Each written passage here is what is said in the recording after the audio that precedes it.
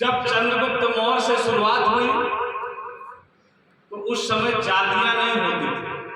आज आप कोई कुशवाहा है, कोई मौर्य लिखता है, कोई यादव लिखता है, कोई पाल लिखता है, कोई कोल लिखता है, कोई वर्मा लिखता है।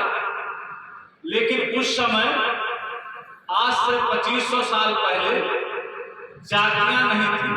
क्या था? वंश थे। और उस समय हमारे पूरे देश में 16 वंश थे।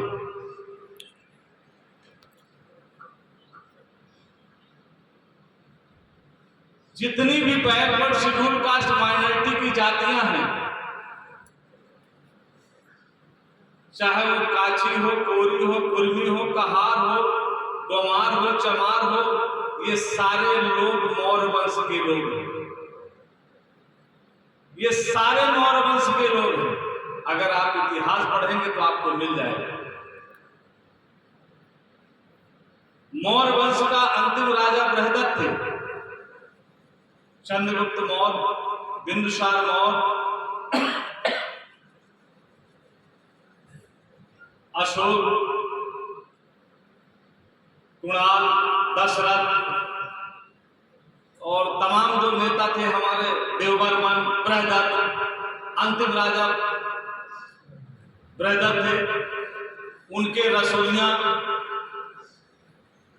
उनका रसोइया था जिसका नाम था पुष्यमित्रशूल।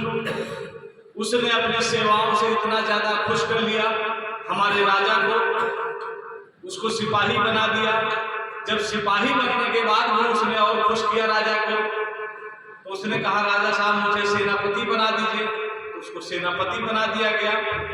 और जब सेनापति बना दिया तो उसने राजा की हत्या करके स्वयं राजा बन गया। और जब स्वयं राजा बन गया तब उसने एक बौद्ध भिक्षु की हत्या का सिर कलम एक बौद्ध भिक्षु का सर कलम करके लाने पे 100 स्वर्ण मुद्राएं इनाम रख दिया। और हमारे इन 10 राजाओं ने 139 साल शासन किया है, जो इतिहास बता रहा है। हमारे 10 राजाओं ने 140 साल 139 साल शासन किया है इस देश में। और जब आपके चंद्रगुप्त मौर्य और सम्राट अशोक इस वंश ने इस देश में शासन किया है, तब भारत सोने की चिड़िया था, तब भारत विश्व गुरु था। जब आपका ये देश में मौर्य वंशों का शासन था तो पूरे देश में 7 विश्वविद्यालय थे।